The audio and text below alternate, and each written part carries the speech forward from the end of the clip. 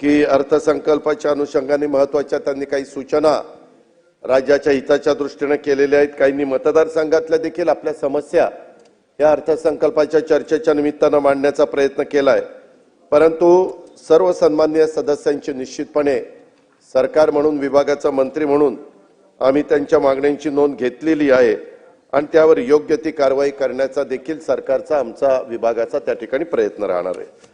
Print आणि electronic मीडियाने देखील अर्थसंकल्पाची दखल घेतलेली आपण पाहिली आणि वेगवेगळ्या पद्धतीने त्यांनी अर्थसंकल्पाचं विश्लेषण केलेलं देखील अर्थसंकल्प मांडल्यानंतर अध्यक्ष महोदय त्या ठिकाणी आपल्या सगळ्यांच्या ऐकण्यामध्ये, पाहण्यामध्ये आलेलं आहे। हे विश्लेषण अर्थात आमच्यासाठी, सरकारसाठी, माझ्यासाठी, विभागासाठी उपयुक्त असंच होतं आणि त्याच्यामुळे या सगळ्या घटकांना मी त्याच्याबद्दल धन्यवाद देतो। आणि विशेषतः अनेक राजकीय व्यक्तींनी देखील आपण जर पाहिलं तर त्याच्यामध्ये कृषी असेल, उद्योग असेल, सेवा असेल, शिक्षण असेल आणि इतरही वेगवेगळ्या क्षेत्रातील तज्ज्ञांनी पण अर्थसंकल्पाची दखल घेतलेली ह्या अर्थसंकल्प मांडल्यानंतर आपण सगळ्यांनी पाहिलेल्या आणि आपली प्रतिक्रिया देखील व्यक्त केलेल्या आहेत।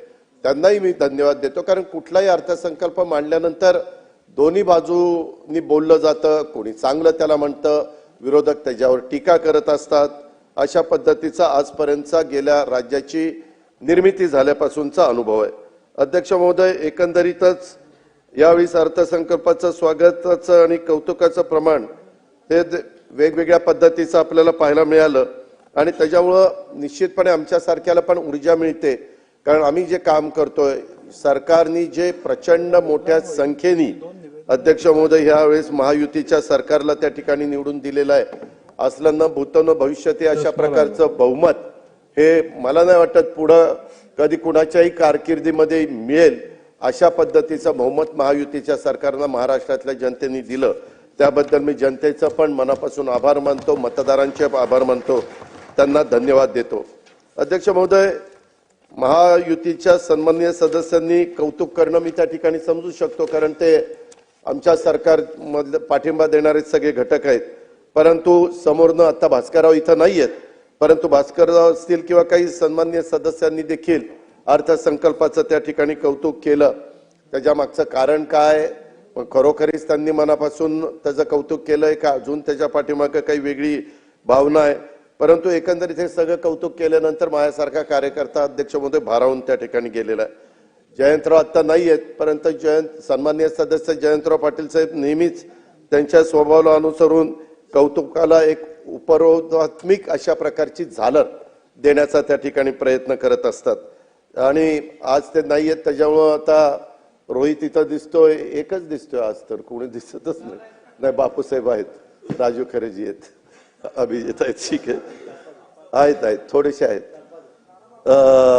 मंत्रिमंडळात त्यांनी बोलत असताना अध्यक्ष महोदय तुम्ही ऐकलं असेल, सभासदांनी ऐकलं की आता सगळ्या मंत्र्यांना, अजित पवारांना शरण त्या ठिकाणी गेल्याशिवाय त्यांना पर्याय नाही। मला एक कळत नाही, ते इतक्या वेळेला अर्थमंत्री होते, मग अर्थमंत्री ज्यावेळेस अर्थसंकल्प सादर करतात त्यावेळेस काही त्या बाकीच्या मंत्र्यांनी काय त्या अर्थमंत्र्यांना शरण जायचं असतं का? खरं त्यांच्यासारख्या व्यक्तीकडनं अशा प्रकारची अपेक्षा शरण जाणं किंवा इतर काही गोष्टीचा उल्लेख, शब्दांचा उल्लेख करणं अध्यक्ष महोदय हे काही बरोबर नाही।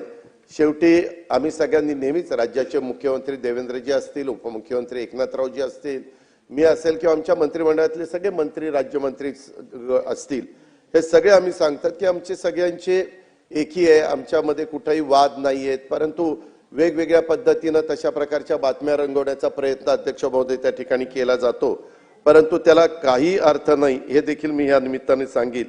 एकंदरीतच हा अर्थसंकल्प मांडत असताना काहींनी अशी पण टीका केली, बडा घर पोकळ वासा, असं काही जण तमले, काही जण म्हणले मारल्या थापा भारी केला महाराष्ट्र कर्जबाजारी, असंही काहींचं म्हणणं आहे। मी या सगळ्यांच्यावर अध्यक्ष महोदय येणार आहे, कारण काही जण पहिल्यांदाच आमदार झालेले किंवा कदाचित अर्थ कारणाची जास्त माहिती नसेल म्हणून त्यांनी तशा पद्धतीनं वक्तव्य केलं असेल, परंतु काही लोकांनी नाही हे होत आहे, काही लोकांनी अर्थसंकल्पाचा विचार करून सादर केलेला संतुलित अर्थसंकल्प आहे अशा प्रकारची पण प्रतिक्रिया ही राज्यामध्ये उमटलेली आपण त्या ठिकाणी पाहिली। माझा उत्साह वाढवण्यासाठी मला एकच म्हणावंसं वाटतं अध्यक्ष महोदय, ऐकल्याशिवाय दुनियेच्या झाली जरी बदनामी, हे काय कमी मजेसाठी मी तुम्हा आवडलो आहे, अशा पद्धतीचा अध्यक्ष महोदय एकंदरीत परिस्थिती आहे. कारण एकीकडे शिव्या द्यायच्या, एकीकडे बोलायचं, पुन्हा थोडं कौतुक पण करायचं, एकीकडे मारल्यासारखं करायचं, असं करायचं. नाही, चांगली लोकशाही आहे. आपण आला त्याबद्दल धन्यवाद. अध्यक्ष महोदय 12 मार्चला स्वर्गीय यशवंतराव चव्हाण साहेबांचा जयंतीच्या दिवशी मी सकाळीच कराडला गेलेलो होतो आणि प्रीती संघावर जाऊन त्यांच्या समाधीचं दर्शन घेतलं, त्यांना अभिवादन देखील केलं. ते ज्या विचारसरणीनं जीवन जगले म्हणजे स्वर्गीय चव्हाण साहेब, त्याच विचारसरणीनं अध्यक्ष महोदय मी आजही माझं जीवन जगतोय आणि यापुढे देखील जगत राहीन हा माझा विश्वास मला त्या ठिकाणी निश्चित आहे. चव्हाण साहेबांच्या कृष्णाकाठ अनेक सन्माननीय सदस्यांच्या पैकी ज्यांना वाचनाची आवड आहे त्यांनी कृष्णाकाठ हे आत्मचरित्रात एक छान आठवण स्वतः चव्हाण साहेबांनी त्या काळामध्ये सांगितलेली आहे. त्यांच्या लहानपणी अनेक अडचणींना सामना करताना कधीतरी त्यांचंही मन निराश व्हायचं. अध्यक्ष महोदय, शेवटी मनुष्य स्वभाव आहे, एखादं चांगलं काम करत असताना एखाद्या गोष्टीमुळे मन निराश झाल्यानंतर माणूस थोडासा नाराज होतो आणि अशा वेळी संस्कारानं श्रीमंत असलेल्या त्यांच्या आई पहाटेच्या जात्यावर दळण दळताना एक ओवी म्हणायच्या आणि त्या ओवी नेहमी चव्हाण साहेबांना प्रेरणा द्यायच्या. नका बाळांनो डगमगू, चंद्र सूर्यावरील जाईल ढगू.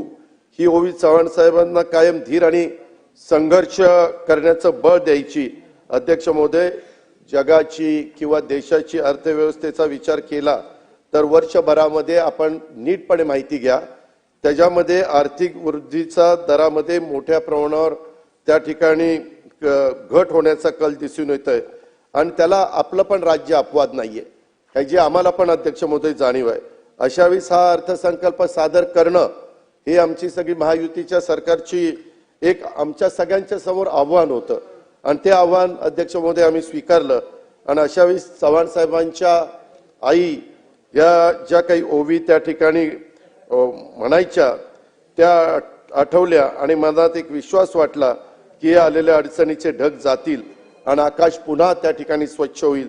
त्यातून मिळालेल्या आश्वासनातनच आम्हाला पुन्हा विकसित महाराष्ट्राचा आणि शाश्वत आणि सर्वसमावेशक विकासाचा रोडमॅप ठरवणारा अर्थसंकल्प मांडला आणि या पुढच्या देखील वाटचालीमध्ये तशा प्रकारची सुरुवात त्या ठिकाणी केलेली आहे.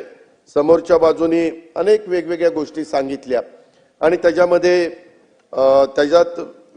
राज्याचं कमी झालेलं डोई उत्पन्न आणि वाढलेला कर्जाचा भार, उद्योग क्षेत्रातली पिछेहाट, अशा प्रकारचे मुद्दे विशेषतः विरोधी पक्षाच्या सन्माननीय सदस्यांनी त्या ठिकाणी मांडले. अध्यक्ष महोदय, मागच्या 5 वर्षात एक गोष्ट घडली, सर्वच राजकीय पक्ष तसे सत्ताधारी होते.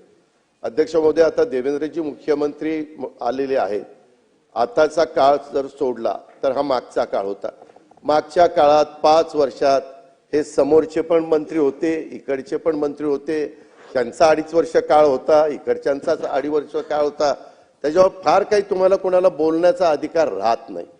आता तुम्ही तो आव आणण्याचा प्रयत्न करताय तो तुमचा भाग आहे, पण असे जे काही तुम्ही मुद्दे मांडता, मग आता समोरच्या बाकावर बसलेल्या सन्माननीय सदस्यांनी ठरवायचंय का मागील 5 वर्षामध्ये प्रगती झाली नाही, 2.5 वर्षात सुरुवातीच्या काळामध्ये उद्धव ठाकरे साहेबांच्या नेतृत्वाखाली सरकार आलं, त्याच्यात काहीच प्रगती झाली नाही असं म्हणायचं का भास्करराव तुम्हाला?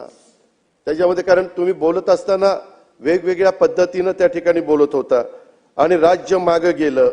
आमचं तरी म्हणणं आहे की राज्यात मागील 5 वर्षात पुढंच आपलं राज्य नेण्याचा प्रयत्न त्यांनी त्या ठिकाणी केला आणि त्यातल्या त्यात मागच्या 2.5 वर्षामध्ये राज्य पुढे जाण्याचा हा प्रगतीचा वेग हा अतिशय झपाट्याने होता, हे आपल्याला मान्यच करावं लागेल. हा झपाटा नसता तर तुम्ही हाताच्या बोटावर निवडून आलाच नसता. आज 20, 15, 10 म्हणजे काय, आणि काही तर किती मतांनी आले, काहींना तर अक्षरशः त्या बॅलेट पेपरनी वाचवलं. म्हणजे हे नशीबच आपलं समजा किंवा कुणाचं समजा. परंतु पोस्टल बॅलेटनी सर, पोस्टल बॅलेटनी. अध्यक्ष महोदय, तुम्ही काही काळ सत्तेत होता, तुमचं श्रेय नाकारण्याची माझी वृत्ती अजिबात त्या ठिकाणी नाही, कारण मी पण तुमच्याबरोबर होतो. चांगल्याला चांगलं म्हणण्याचा स्वभाव हा आपला असला पाहिजे. महाराष्ट्राची ती परंपरा आहे. सुसंस्कृत महाराष्ट्र कसा असला पाहिजे हे अनेक आपल्या वरिष्ठांनी आपल्याला शिकवलेलं आहे. तुम्हाला मात्र मागच्या 5 वर्षात राज्याचा प्रगतीच केली नाही असं त्या ठिकाणी वाटतंय. आणि याचा विचार जर आपण केला तर कुठेतरी आपण आता काय बोलायचं हे तुम्हाला लक्षात येत नव्हतं का काय? मला